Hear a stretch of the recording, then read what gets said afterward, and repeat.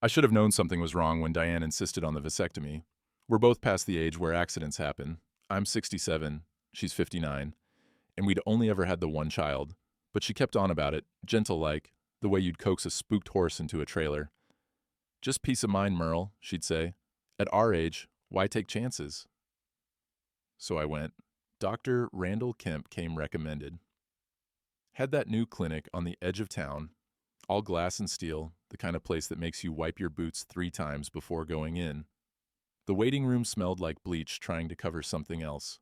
I lay on that cold steel table, paper gown crackling every time I breathed, and let them put me under. That's when I heard it. Give his wife this envelope. Don't let him see it. Dr. Kemp's voice, low and careful. I couldn't move, couldn't open my eyes. The anesthesia had me pinned like a butterfly in a display case. Through my half-closed lids, I watched Diane in the waiting room doorway. The nurse handed her a manila envelope. Diane opened it, read whatever was inside, and smiled. Not surprise, not concern, satisfaction. I couldn't move, couldn't speak, but I could plan. The drive home, Diane kept her phone in her lap. That wasn't like her. 38 years of marriage. I knew her habits. Phone always went in her purse, tucked in the side pocket where she could hear it but not see it. Today, she held it like it might run off. You feeling okay? She asked, eyes on the road. Sore. They said that's normal. Dr. Kemp seems very competent.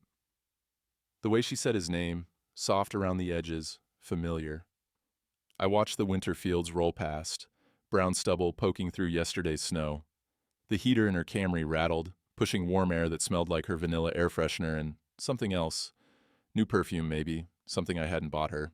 At home, she helped me to the couch, brought me water and pain pills, fluffed the cushions behind my back. All the right motions.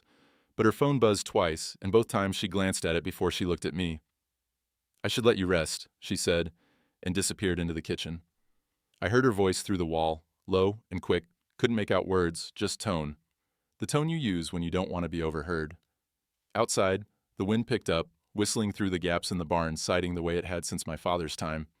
I'd been meaning to fix that, add it to the list of things I'd been meaning to do, the list that kept getting longer while I got older. My phone sat on the coffee table.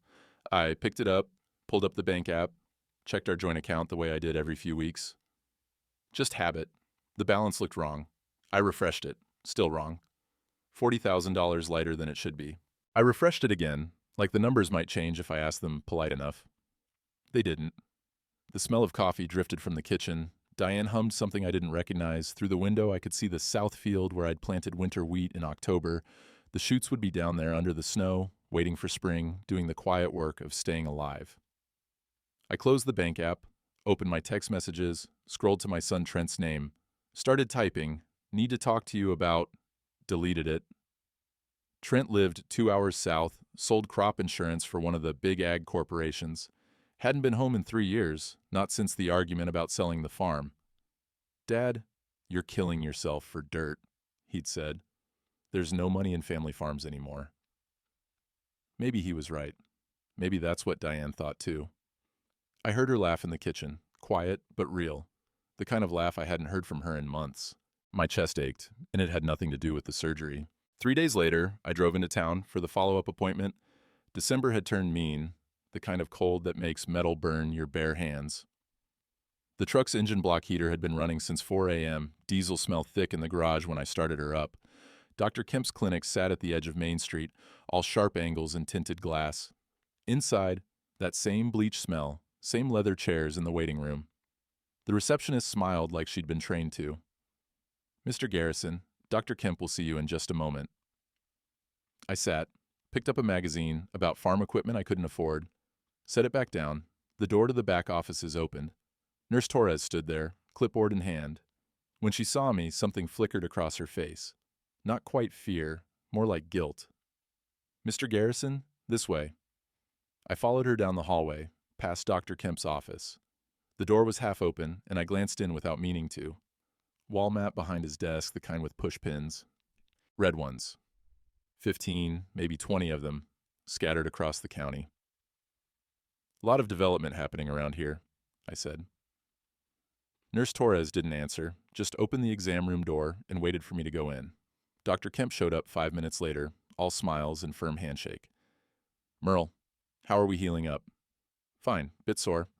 That's completely normal. He gestured for me to lie back, did the examination. His hands were soft, no calluses, the hands of a man who'd never run a fence line or rebuilt a carburetor. Everything looks good. You're healing well. That map in your office, I said.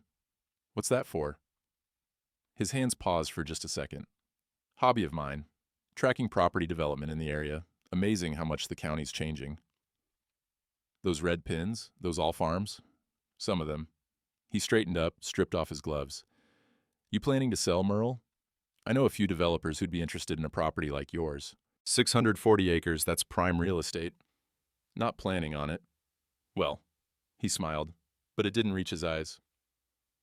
Never say never. Things change. People's needs change. He made a note on his tablet. I'll see you again in 3 months for a final check. Unless you have any complications, infection, unusual pain, anything like that. What kind of complications? Oh, they're rare. But with any surgery, there's always risk. Bleeding, tissue damage, that sort of thing. That's why we monitor closely. He patted my shoulder. But I'm sure you'll be fine. You're in good hands.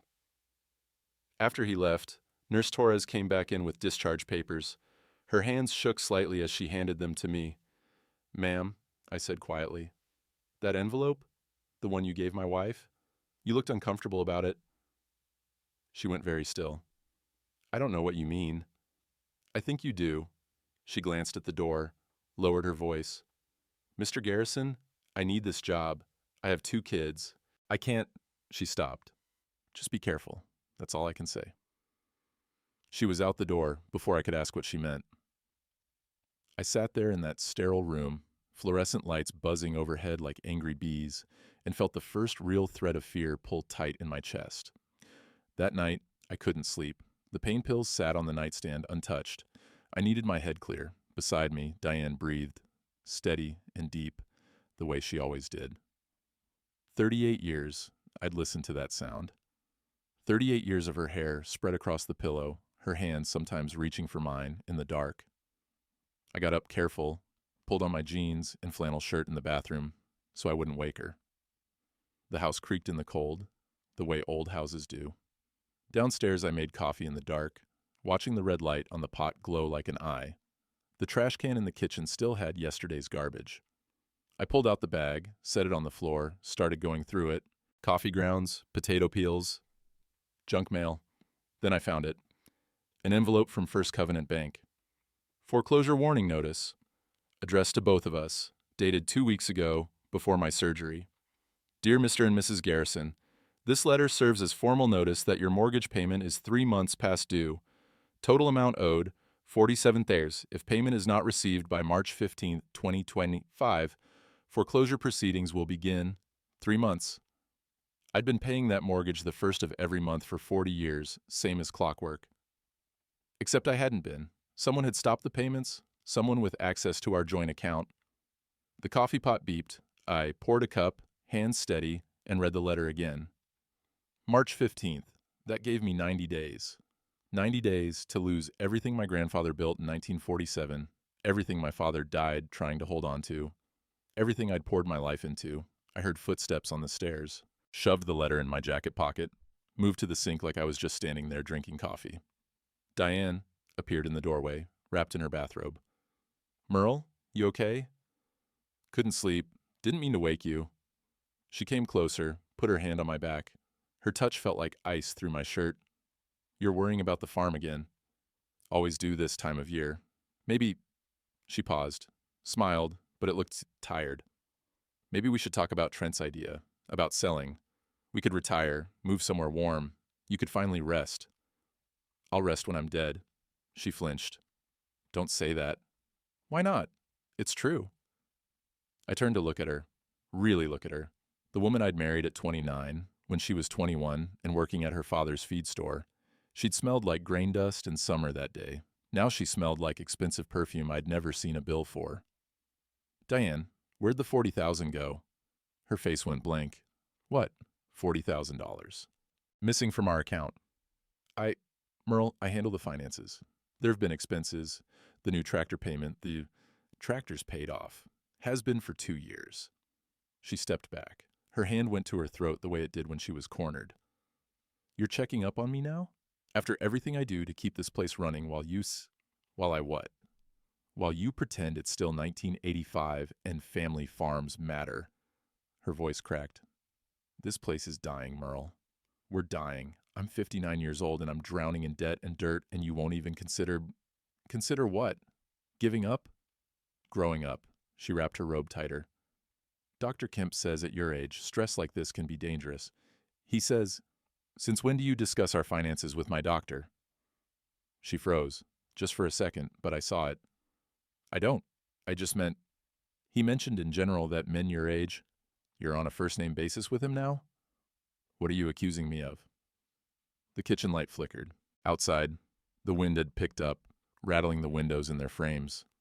Somewhere in the barn, something metal banged against something else, over and over. I should have fixed that latch months ago. I'm not accusing you of anything, I said quietly. I'm asking a question.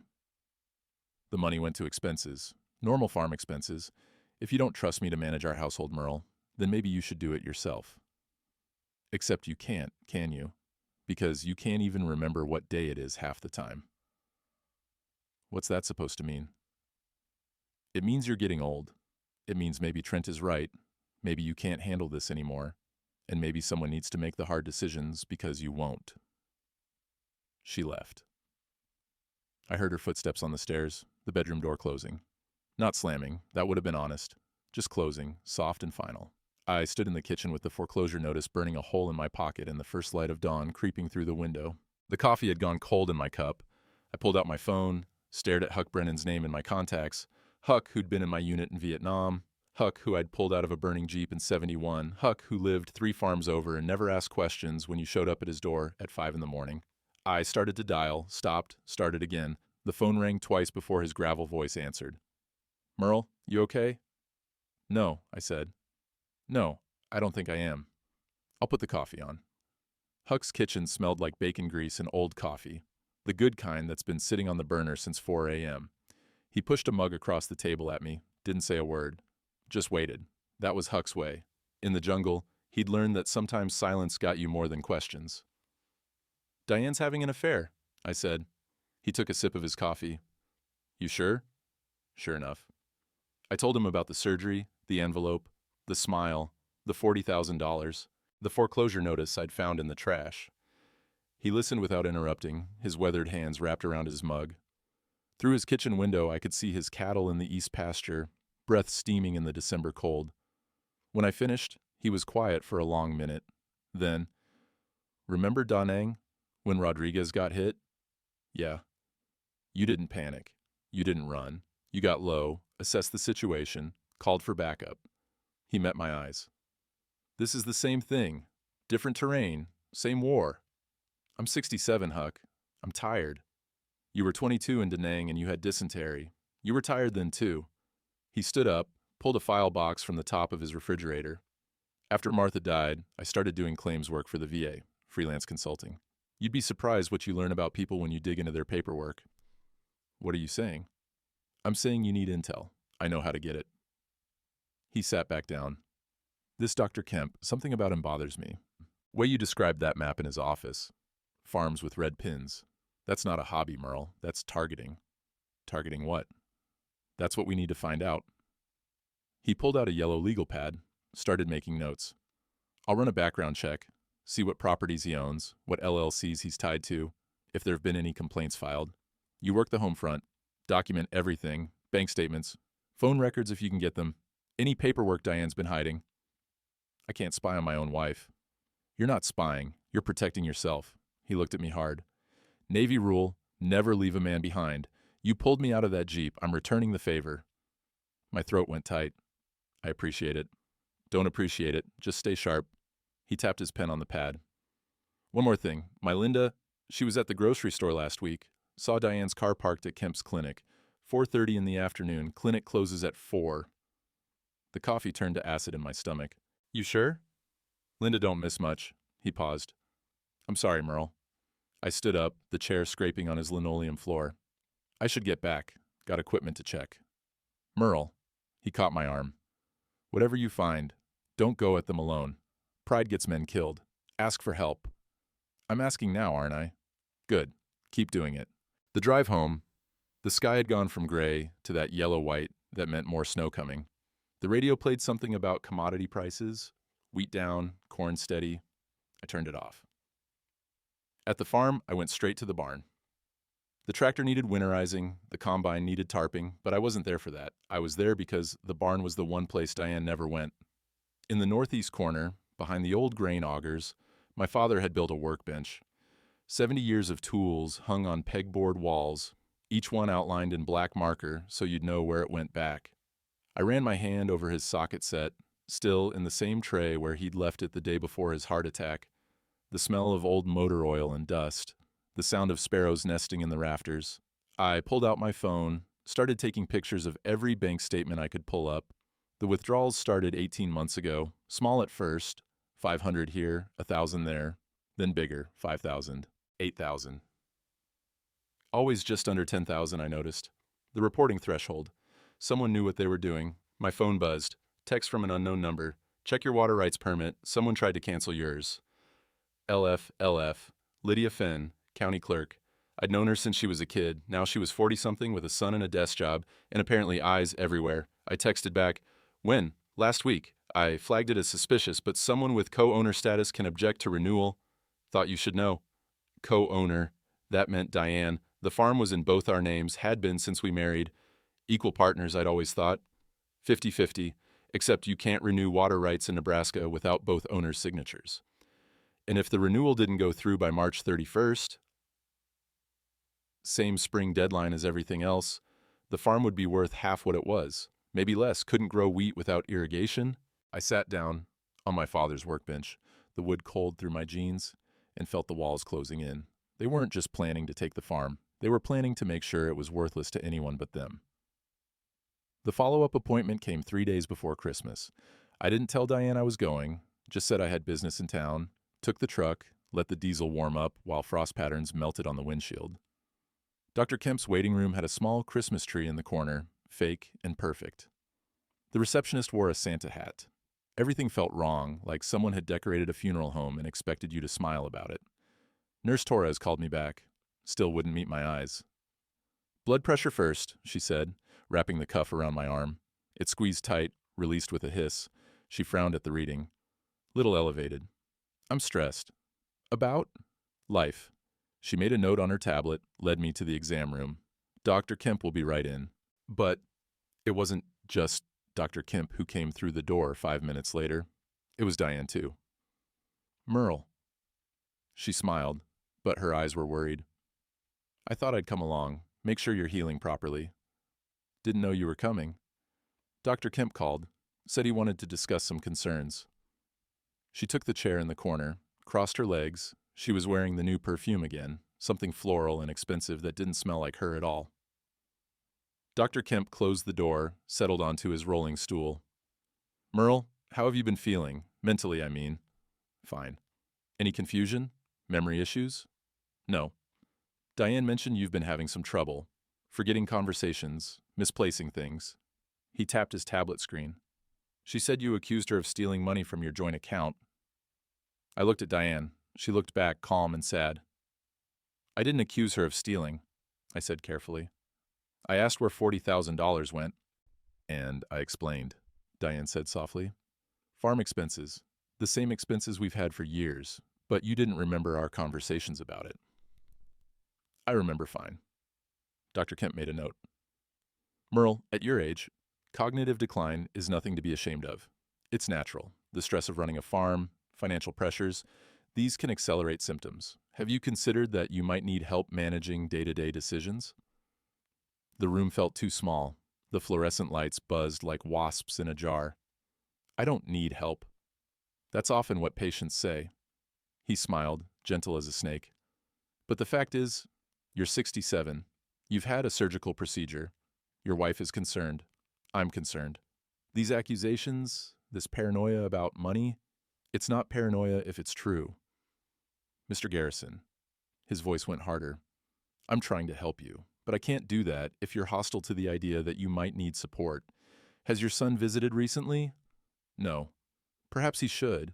Perhaps someone from your family should be involved in your care decisions going forward. He glanced at Diane. She nodded, just slightly. My hands clenched on the armrests. You called my wife before I got here. You planned this. I called her out of concern. As your physician, when I see signs of confusion or potential dementia, I have an obligation to. I don't have dementia. That's not for you to diagnose. He set down his tablet. I'd like to run some cognitive tests, just basic assessments, memory, reasoning, that sort of thing, for your own protection. No. Merle. Diane leaned forward. Please, let him help. I'm scared for you. You're not yourself lately. The way you've been talking, the accusations. They're not accusations if I can prove them. Her face changed, just for a second.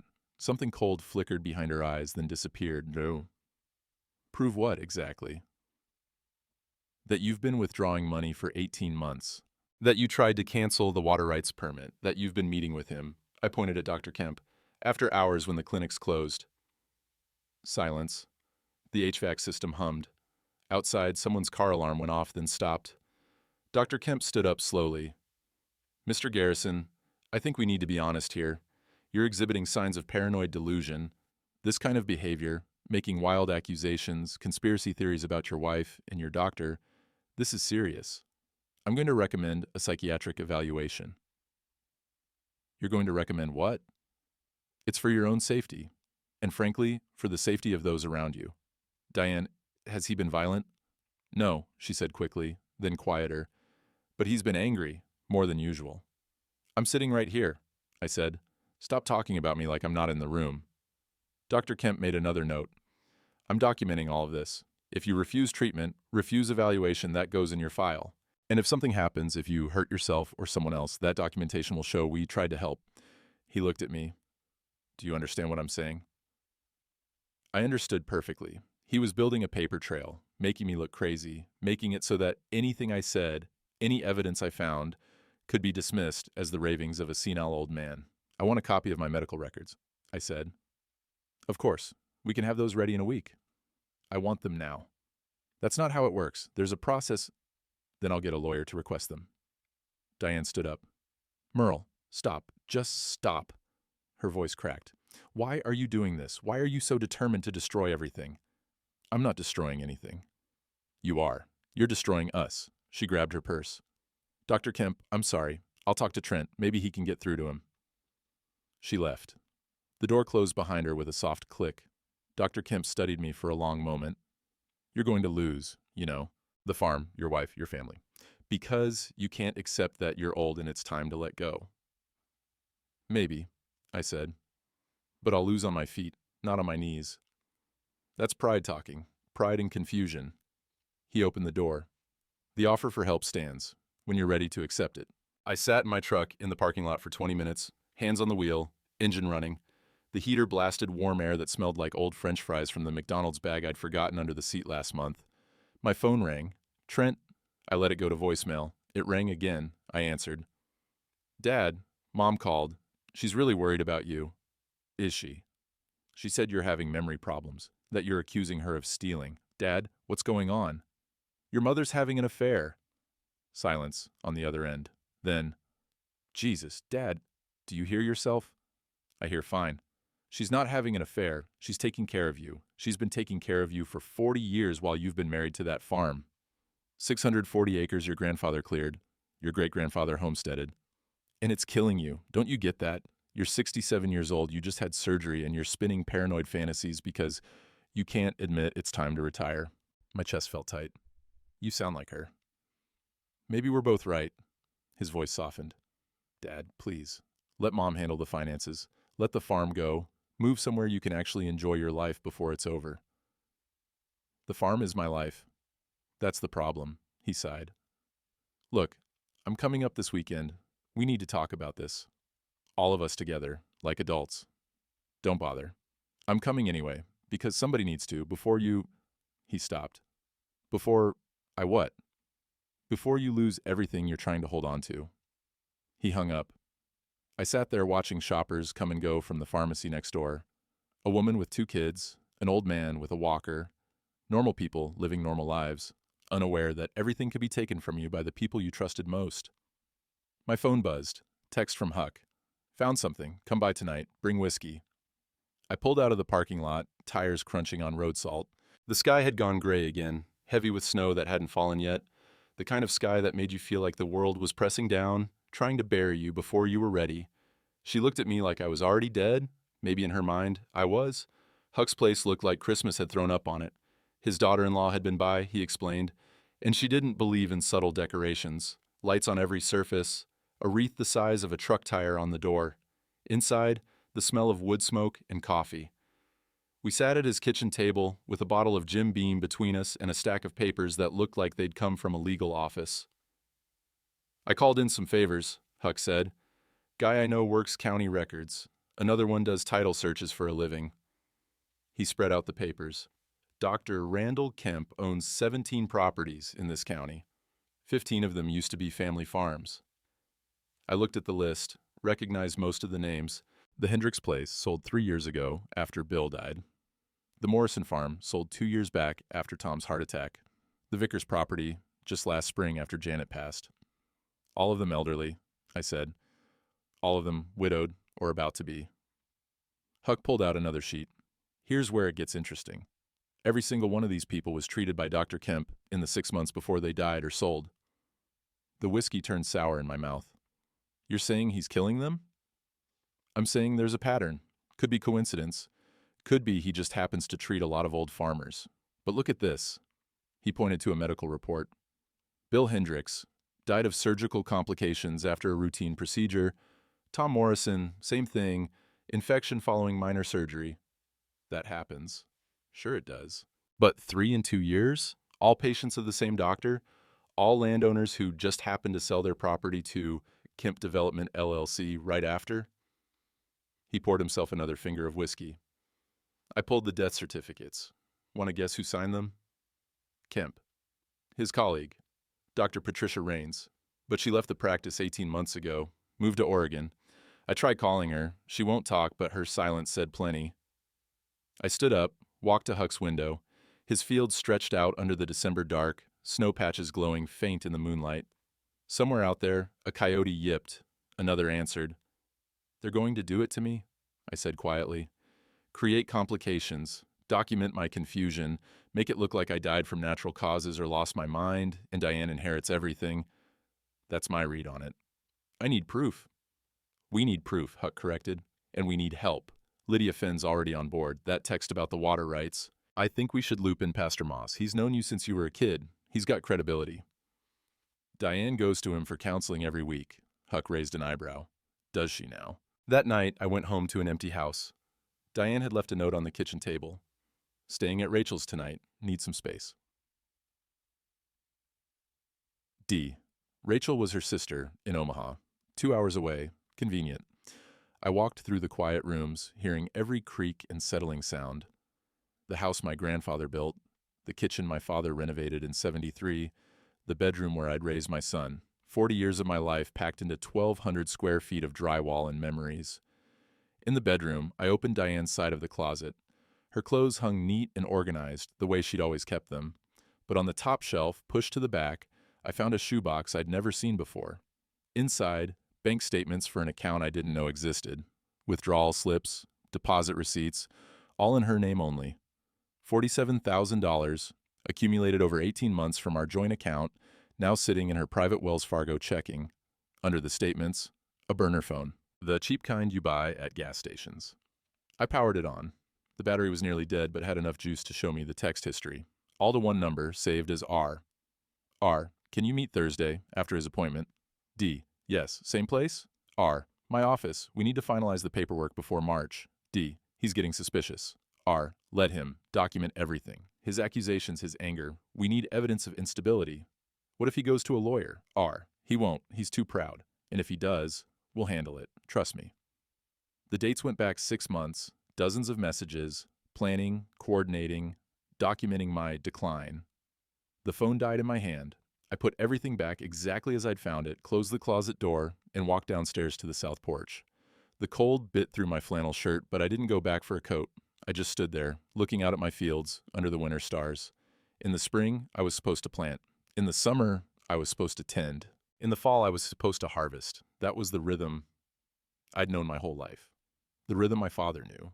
The rhythm that went back 3 generations to a man I'd never met but whose name was painted on the side of my barn. I pulled out my phone, looked at my contacts, scrolled past Trent's name. He'd already chosen sides. Past Diane's, she'd made her choice 18 months ago. I stopped at Pastor Eugene Moss. It was nearly midnight, but I called anyway. He answered on the third ring, voice thick with sleep.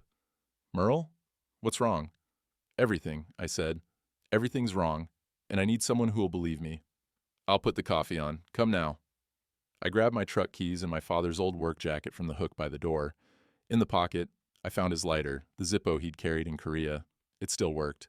I flicked it once, watched the flame dance, then let it die. I'm not going down easy, I told the empty house. You should have known that. Then I walked out into the December night, leaving every light in the house burning behind me. Pastor Eugene Moss lived in the old rectory behind First Covenant Church, a white 2-story that smelled like lemon furniture polish and old books. He met me at the door in his bathrobe and slippers, white hair sticking up on one side. Come in, coffee's brewing. We sat in his study, surrounded by walls of theology books and framed photos of 50 years of congregations. Through the window, I could see the church cemetery where my parents were buried, their headstones pale gray in the moonlight. I told him everything, the surgery, the envelope, the money, the text messages. He listened without interrupting, hands folded on his desk like he was praying. When I finished, he was quiet for a long time. The coffee pot in the corner gurgled and hissed. Diane came to see me last week, he said finally. She was crying, said you'd been acting strange, paranoid, said she was worried you were having a breakdown. My chest tightened. And you believed her?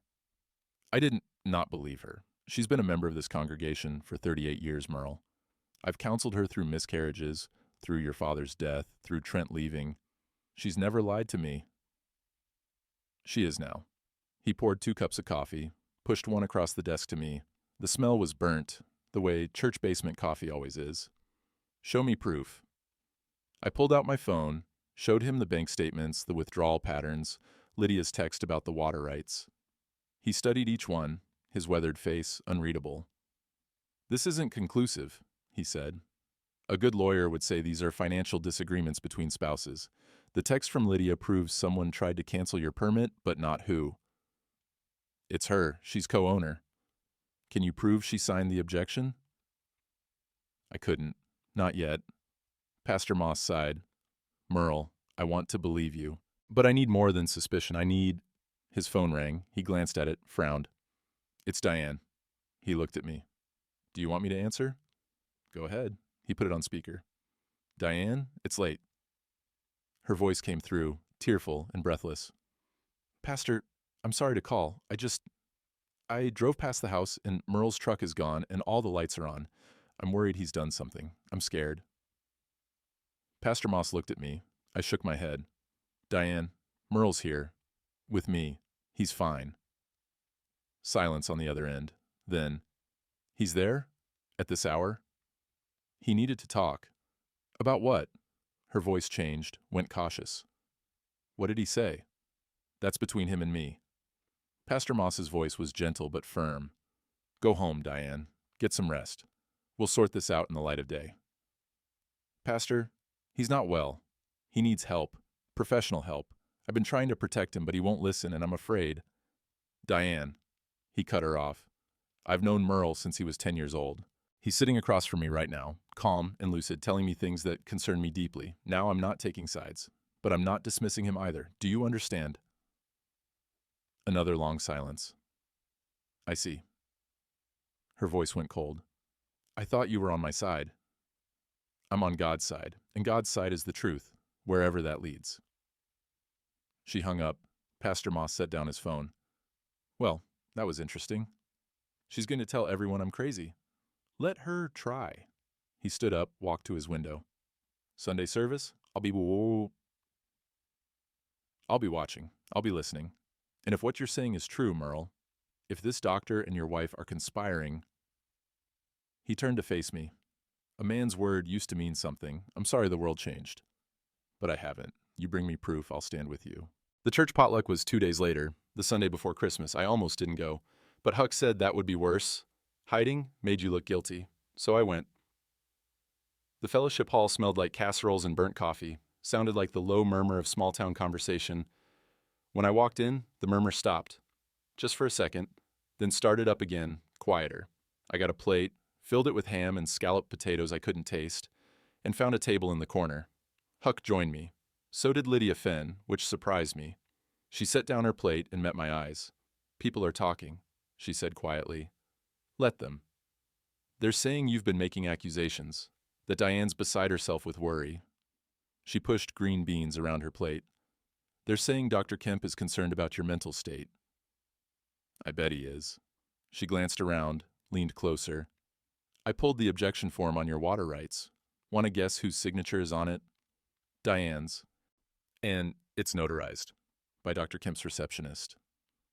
She pulled a folded paper from her purse, slid it across the table. "That's your copy. Might want to keep it somewhere safe." Across the room, Diane stood with Dr. Kemp and his wife. She was laughing at something he'd said, touching his arm. When she saw me looking, her smile faltered. Then a woman I didn't recognize approached my table. Older, maybe 70, with gray hair pulled back tight. She set down her coffee cup and looked at me with eyes that had seen hard things. "Mr. Garrison, I'm Julia Vickers. My husband Bill sold his farm to Dr. Kemp 3 years ago. He died 2 weeks after the sale." Her voice was steady, but her hands shook. "I'd like to talk to you about complications." Julia Vickers came to the farm on a Tuesday afternoon when the sky was the color of old nickels and the wind had teeth.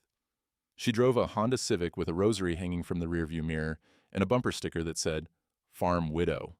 We sat at the kitchen table with coffee and the kind of silence that comes before hard truths. "Bill had a hernia repair," she said finally. "Simple procedure. Dr. Kemp did it, said it went fine. No complications. 2 weeks later, Bill had an infection, fever, chills. Kemp said it was normal, prescribed antibiotics. The infection got worse. Bill went septic, died 3 days later in the hospital." "I'm sorry." "Don't be sorry yet." She pulled papers from her purse. "After Bill died, I found out our mortgage was 4 months behind. He'd never missed a payment in 30 years, and suddenly we were in foreclosure. I was so confused, so broken, I just wanted it over. Dr. Kemp's development company made me an offer. Quick sale, cash. I took it." She spread out the papers, medical records, death certificate, bank statements. "Then I couldn't sleep. Something felt wrong, so I hired a lawyer, had him look at everything. Want to know what he found?" She pointed to a surgical report. Kemp documented complications during Bill's surgery, excessive bleeding, tissue damage. Except Bill never mentioned any of that. Never had unusual pain. The complications appeared in the records, but not in real life. My coffee had gone cold. He was building a paper trail. For when Bill died, yes. So it would look like surgical complications, not malpractice, not murder. She met my eyes. "My lawyer said we couldn't prove anything. Medical records are gospel. Bill was 73, had a weak heart. The infection could have been legitimate. We'd never win in court." "But you don't think it was legitimate?" "I think Dr. Kemp is very good at making death look natural." She pulled out another document. I did some digging, found 2 other widows, Tom Morrison's wife Ellen and Sarah Hendricks. Same story. Routine procedures, documented complications, sudden deaths, quick farm sales to Kemp Development. "They'll testify?" "Ellen will. Sarah's too scared." Julia folded her hands. "Mr. Garrison, if you're planning to fight this man, you need to know. He's careful, he's smart, and he's got money for lawyers who'll bury you in paperwork." "I don't have a choice." "You do. You could walk away, sell the farm, take what you can get, start over." I looked out the window at the south field, bare earth and stubble, waiting for spring, waiting for me to do what 3 generations of Garrisons had done: plant, tend, harvest, the rhythm that made sense when nothing else did. "This land's all I got," I said. "It's all I am." That's what Bill said, too. That night, Trent showed up unannounced. I heard his Lexus pull into the drive, saw his headlights sweep across the barn. He knocked once, then came in without waiting. "Dad." "Trent." He looked around the kitchen like he was cataloging evidence. The coffee cup in the sink, the stack of papers on the table, the old man living alone in a house too big for him. "Mom's worried sick," he said.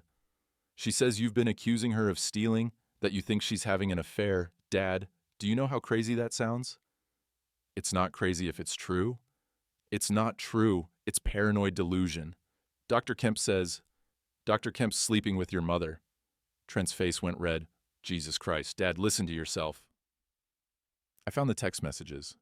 What text messages? Show me. I couldn't. The burner phone had died and I hadn't charged it. Hadn't wanted Diane to know I'd found it. Stupid. Sloppy. I saw them, I said. Where's the phone now? She must have moved it. Trent sat down heavily, put his head in his hands. Dad, please. I'm begging you. See a doctor. Not Kemp, someone else. Get evaluated. Because right now, you sound like... Like what? Like Grandpa, at the end. When he started forgetting things, seeing things that weren't there. Trent looked up and his eyes were wet. I don't want that for you. I don't want to watch you disappear.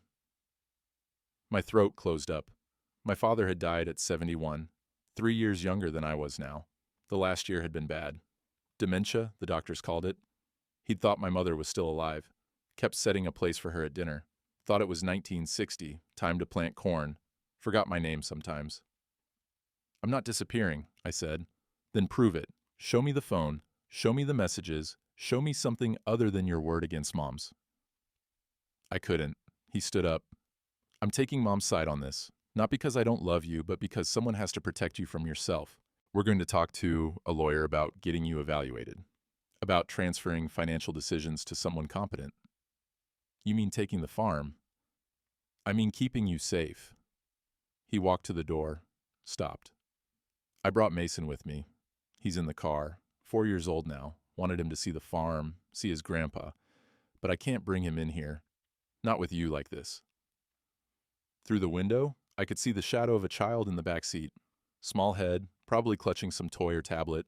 My grandson, who I'd never met. Who'd never see this place in spring, never learn the soil blessing, never know what it meant to finish what you started.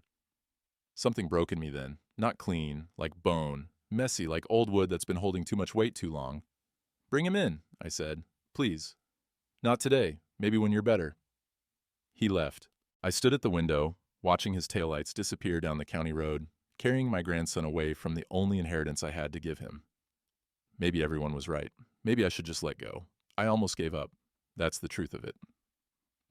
3 days after Trent left, I sat in the barn with my father's old Remington 870 across my lap, not planning anything specific, just holding it, feeling its weight, thinking about how easy it would be to stop fighting. That's when Huck found me. He didn't say anything, just took the shotgun, unloaded it, set it on the workbench. Then he pulled up an overturned bucket and sat down. Martha died in March, he said, 3 years ago. Spring planting time. I sat in my barn for 2 days with my deer rifle, having the same conversation you're having right now. What changed? My daughter showed up, said, "Yeah, Dad, you don't get to quit. Not before you teach my son how to bale hay," so I didn't. He looked at me. You got a grandson you never met? You really want him growing up thinking his grandpa was the crazy old man who lost everything? I am losing everything. Not yet, you're not. He pulled out his phone. Sheriff Marcus called me this morning. He's been looking into Kemp. Found something interesting in the medical examiner's records. He showed me a document. An internal memo, 3 years old, flagged for review, but never acted on. 3 suspicious deaths, all post-surgical, all Kemp's patients. The examiner had noted the pattern but been overruled by the county medical board. Why? I asked. Because Dr. Kemp's wife is on that board, and because the county prosecutor's sister works in Kemp's office. Huck's smile was grim. Small towns, everyone's connected. But Sheriff Marcus doesn't like doctors who think they're above the law. He's willing to ask questions. We just need to give him something solid enough to get a warrant. The burner phone, but Diane moved it, and so we make her bring it back. The trap was simple. Huck called Diane, told her I'd had a fall in the barn, hit my head, was confused and asking for her. Could she come check on me? She arrived within 30 minutes. I was sitting at the kitchen table when she came in, holding an ice pack to my head that didn't need one. Huck was in the barn, supposedly checking on the equipment. Really, he was watching through the window with his phone recording. Merle. Diane rushed over, put her hand on my shoulder. She smelled like that expensive perfume, and underneath it, fear. Are you okay? Huck said you fell. Yeah, can't remember exactly how. Everything's fuzzy. Let me see. She examined my head, her touch gentle. For just a second, she was the woman I'd married. The woman who'd stayed up all night when Trent had croup. The woman who'd held my hand at my father's funeral.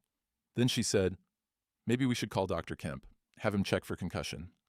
And the spell broke. No doctors, I said. Just need to rest. Ooh. Merle, you could have a head injury. You're not thinking clearly. I'm thinking fine. I looked at her. Diane, I need to ask you something. And I need you to tell me the truth. She went very still. Okay. Are you having an affair? No. She said it without hesitation, looking right at me. Merle, I'm not. I swear, on Trent's life. Then why were you at Kemp's office after hours? Why is there $40,000 in an account I don't know about? Why did you try to cancel the water rights? Her face crumbled, started crying, real tears. Because I'm scared. I'm scared we're going to lose everything, and you won't see it. The farm is failing, Merle. We're drowning in debt. I took that money to save it, to make payments you weren't making because you forgot. I didn't forget. You did. You do. You're forgetting more and more, and you won't admit it, and I don't know what to do. She grabbed my hands. Dr. Kemp's been helping me, as a friend, advising me on how to handle the finances, how to talk to you about selling before we lose it all. That's it. That's all it is. She was good. I almost believed her. Show me your phone, I said. What? Your phone. Show me there's nothing there. She pulled out her iPhone, handed it over. I scrolled through her messages. Nothing suspicious. Text to Trent, to her sister, to church friends. Nothing to Kemp, because she'd been using the burner. See? She said. There's nothing. Merle, please, let me help you. Let Dr. Kemp help. We can get through this together. That's when Huck came in from the barn. Diane, he said. Sheriff Marcus would like to talk to you. She turned. Sheriff Marcus stood in the doorway, his deputy behind him. Big man, late 50s, with a face like weathered leather and eyes that missed nothing. Mrs. Garrison, we have a warrant to search the premises. We're looking for a secondary phone, possibly a burner, that we believe contains evidence of fraud and conspiracy. Diane's face went white. I don't know what you're talking about. We also have a warrant for Dr. Randall Kemp's arrest. He's being brought in right now for questioning regarding falsified medical records and suspicious deaths. Sheriff Marcus stepped inside. You want to tell me where that phone is? Cooperation goes a long way. She looked at me, then at Huck, then back at the sheriff. I want a lawyer. That's your right. Sheriff Marcus nodded to his deputy. Ms. Torres, you can come in now. The nurse from Kemp's office stepped through the door. She looked terrified but determined. Mrs. Garrison, she said quietly, I'm sorry, but I can't stay silent anymore. Dr. Kemp told me to give you that envelope. He told me what was in it, a falsified medical report showing your husband had surgical complications. He said it was insurance in case Mr. Garrison didn't die naturally. I documented everything. I recorded conversations. I'm testifying. Diane swayed, grabbed the counter for support. There's also the matter of the two other widows willing to testify, Sheriff Marcus said. Julia Vickers and Ellen Morrison. Both of their husbands died under suspicious circumstances after selling their farms to Kemp Development. He pulled out handcuffs. Diane Garrison, you're under arrest for conspiracy to commit fraud and attempted murder. You have the right to remain silent. It was his idea, she screamed it. All of it. Randall planned everything. He said we could be together, have money, start over. I just wanted out. I wanted out of this prison. She gestured at the kitchen, at the farm, at me. At 40 years of her life, she'd decided was a waste. Sheriff Marcus finished reading her rights while his deputy cuffed her. She was crying now, makeup running, looking small and broken, and nothing like the woman I'd loved. Merle, she said, I'm sorry. I'm so sorry. I stood up, walked over to her, looked her in the eyes one last time. No, you're not, I said. You're just sorry you got caught. They let her out.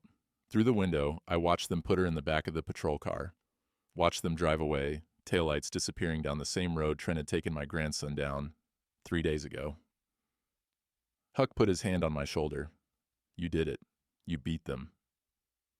But standing there in my empty kitchen, listening to the wind rattle the windows, I didn't feel like I'd won anything at all. The trial took 4 months. I sat through every day of it, watching lawyers turn my life into evidence. Exhibit A, the burner phone, recovered from Diane's sister's house in Omaha. Exhibit B, bank records showing the systematic theft. Exhibit C, falsified medical documents with Kemp's signature. They found more. Once Sheriff Marcus started digging, it all came apart like wet newspaper. Kemp had been running the scheme for 8 years. 15 farms acquired through conspiracy, fraud, and in 3 cases, they proved 3 cases, medical murder. Bill Vickers, Tom Morrison, and a man named Carl Hendricks who I'd known from the co-op. The prosecutor was a woman named Sarah Chen, barely 40 but sharp as a new blade. She laid it out clean. Kemp would identify elderly farmers with valuable land. He'd offer medical services, build trust. Then he'd perform unnecessary procedures and document fake complications. If the farmer didn't die naturally within a reasonable time frame, Kemp would help that along. Infections, wrong medications, nothing obvious, just enough to tip an old body over the edge. Meanwhile, he'd identify vulnerabilities. A wife who felt trapped, a spouse drowning in medical debt, someone he could recruit, manipulate, promise a better life. Diane had been perfect, resentful, lonely, desperate for escape.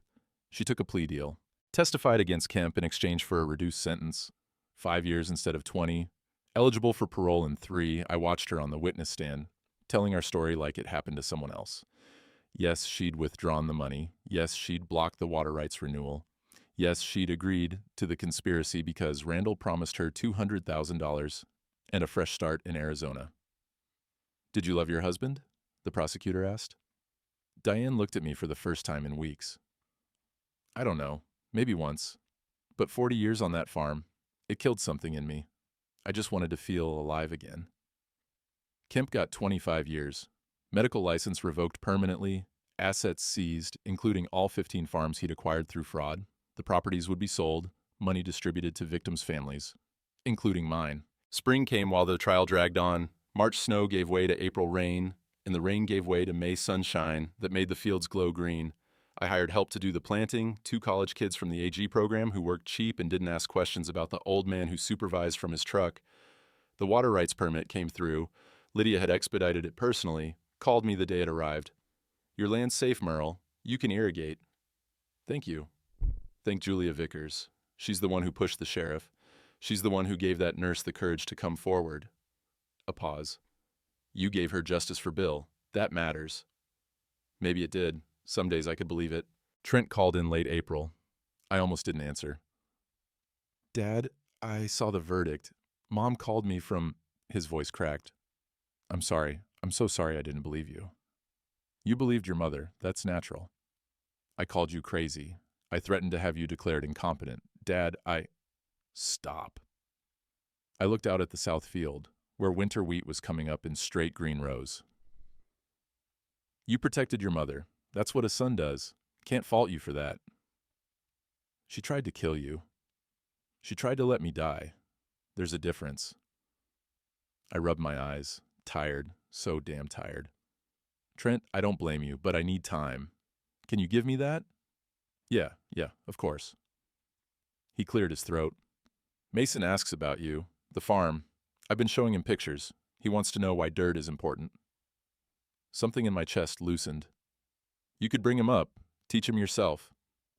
"I don't remember how." "It comes back, like riding a bike." Silence on the other end. Then, "Memorial Day weekend, if that's okay, just for a day.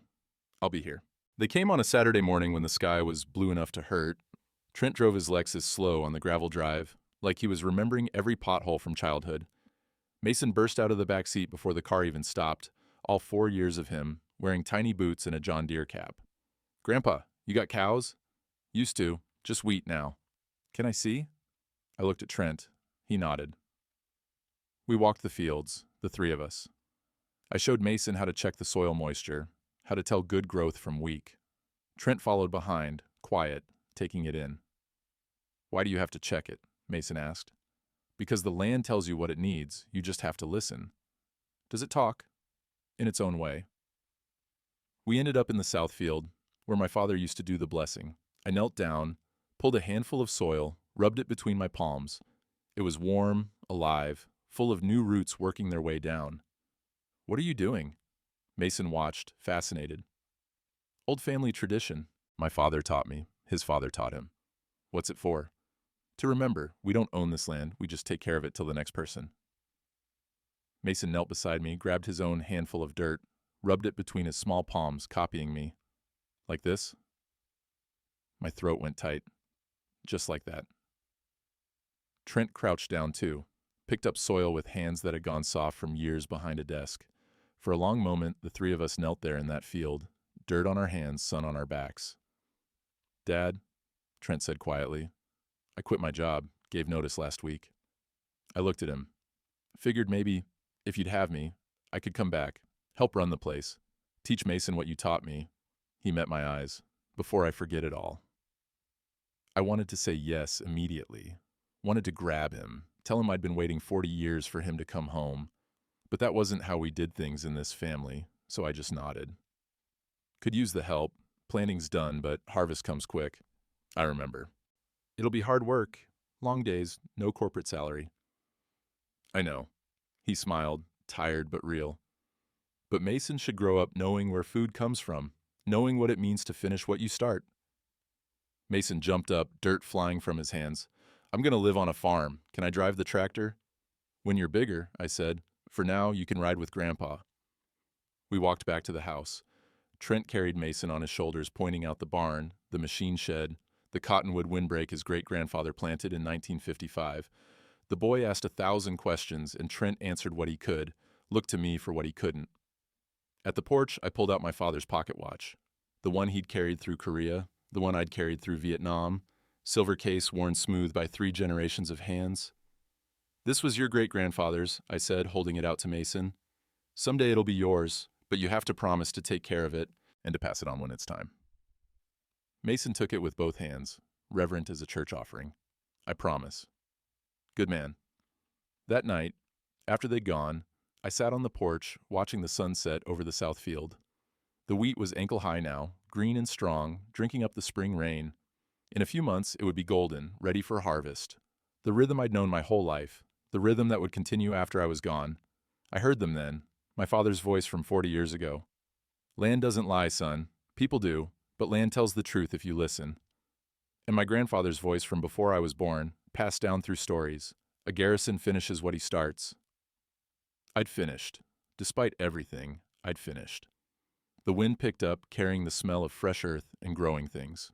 In the distance, a red-winged blackbird called from the fence posts, spring announcing itself, life continuing. I'd lost my wife, lost 40 years of what I'd thought was love. Lost the illusion that trust was simple and promises were kept.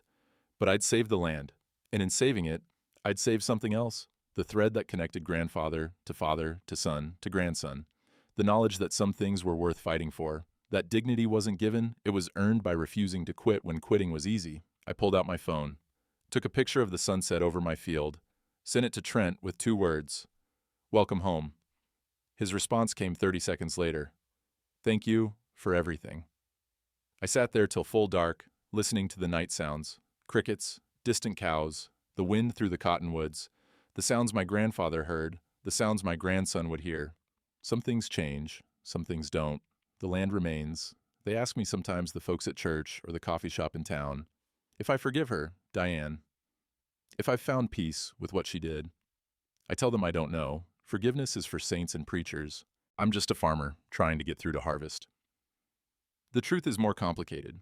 There are mornings I wake up and reach for her side of the bed, forgetting. There are nights I hear a car in the drive and think it's her coming home from town. 38 years don't disappear just because you want them to. But then I walk outside and smell the earth warming under the June sun, and I remember what matters. The wheat is waist high now, golden green and thick, a good crop, maybe the best in 5 years. Trent says the futures market looks strong, we might actually turn a profit. He moved back 2 weeks ago, him and Mason and his wife Kelly, who I'm still getting to know. They're in the old hired hands cottage behind the barn, fixing it up room by room. Mason runs through the fields like Trent used to, all questions and energy and dirt on his face. Yesterday the boy asked me, "Grandpa, why did Grandma leave?" Trent started to interrupt, but I held up my hand. Because she wanted different things than I did, I told him. Sometimes people want different things and they can't find a way to meet in the middle. That's sad, but it's true. Do you miss her? I thought about that. I miss who I thought she was, but that person maybe never existed. So what am I really missing? He considered this with the seriousness only a 4-year-old can manage. Then, can we go check the wheat? Yeah, we can do that. We walked the rows together, Mason between Trent and me, his small hand in mine. The red-winged blackbirds sang from the fence posts. The wind moved through the wheat like water, making it shimmer and bend. Above us, the sky went on forever, blue and clean and indifferent to human failures. My father used to say, "A man's legacy isn't what he builds, it's what he leaves behind that keeps growing." I didn't understand that when I was young, thought he meant buildings, bank accounts, things you could measure and weigh. But standing in that field with my son and grandson, watching them learn the land the way I learned it, the way my father learned it, I finally got it. Legacy is teaching a boy why dirt matters. It's showing him that some things are worth fighting for, worth holding on to, worth passing down, even when the world says to let go. Diane's in a minimum security facility in Lincoln. She writes sometimes. I don't write back. Maybe someday I will. Maybe someday the anger will fade enough that I can see her as just a woman who made terrible choices, not the enemy who tried to erase me.